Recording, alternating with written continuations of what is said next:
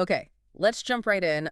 Some pretty big news dropping in the NBA world. Yeah, John Wall. John Wall, exactly. Five-time All-Star, officially hanging it up after 11 seasons. Hmm.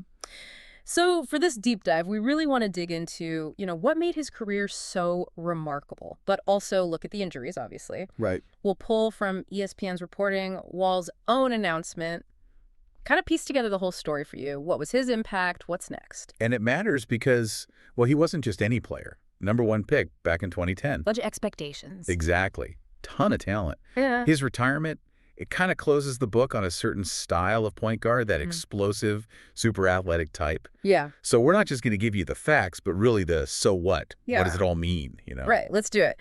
So the official announcement came Tuesday, August 19th. Wall's 34. Yep. Announced it on social media. He used the tag #Wallway, which is kind of fitting. It is. And you got to remember, drafted #1 overall by Washington out of Kentucky. Right, the Wizards. Spent most of his career there. The bulk of it, his best years. Which is kind of rare these days, that kind of tenure. It really is. Yeah, he had those later stops with Houston and the Clippers. Yeah. But Washington is where he, made his mark. And what a mark it was. When he was healthy, in his prime, Wow, yeah.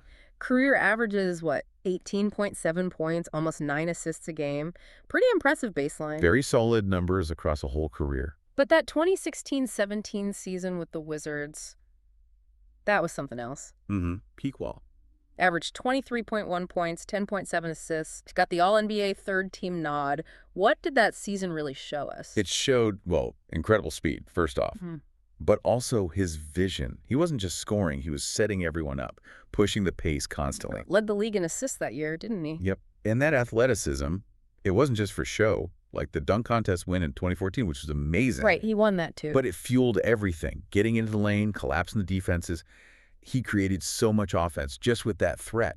If you guys could do that. And importantly, it wasn't just offense. We sometimes forget that. No, absolutely not. He made the all-defensive second team back in 2015, so he was a two-way force. Which is what made it so special, right? That combination. You had the blinding speed, the playmaking, and elite defense. A complete package. Truly. 5-time All-Star for a reason. Just a captivating player to watch when he was at his best. He could dominate at both ends. But then came the injuries. And that really becomes the defining narrative for the second half of his career, doesn't it? It really does. It's the unavoidable part of the story, and it provides the context for this retirement. How bad did it get? The reports mention he barely played in recent years. It was severe. I mean, this strat is pretty stark. He didn't play more than half the games in any of his last 6 seasons. Wow.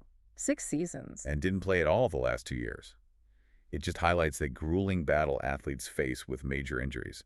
It's not just getting back once, it's often setback after setback. Yeah, the physical toll, but the mental grind too, I imagine. Absolutely. Constantly rehabbing, trying to get back to that elite level. It's just brutal. Seeing that prime athleticism kind of chipped away by injuries, it really makes you think about the fragility involved in pro sports. For sure. A tough reality. But even with all that, I think his retirement message gives us a good sense of where his head's at. He posted, let me read it. Okay.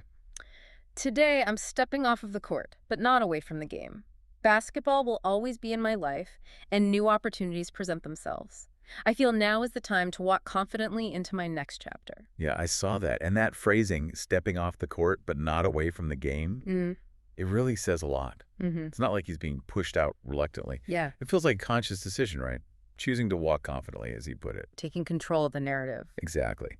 And that tag he used, #Wallway or retired but never done, it captures that perfectly. It's about shifting focus, not ending his connection to basketball, finding a new role. So wrapping this up for you listening, we've gone from that #1 pick buzz, the incredible all-star highs, Dominant prime years. to the really difficult reality of injuries, cutting things short. But ultimately, it seems, ending on his own terms with a positive outlook. Yeah, it's a full arc. You really get a picture of the whole journey now, the highs, the lows, the resilience needed. Definitely. And his story, it really throws into sharp relief that balancing act in sports, doesn't it? You have this extraordinary talent, this amazing physical gift, Yeah. but also the body's limits, the fragility. So maybe the thing to think about is when a player of his caliber retires, and injuries are such a big factor in that decision, What does that mean? How do they go about redefining what success looks like off the court? That's a great question to ponder. Yeah, How do you pivot when the thing that defined you changes? exactly. What does that next chapter really hold?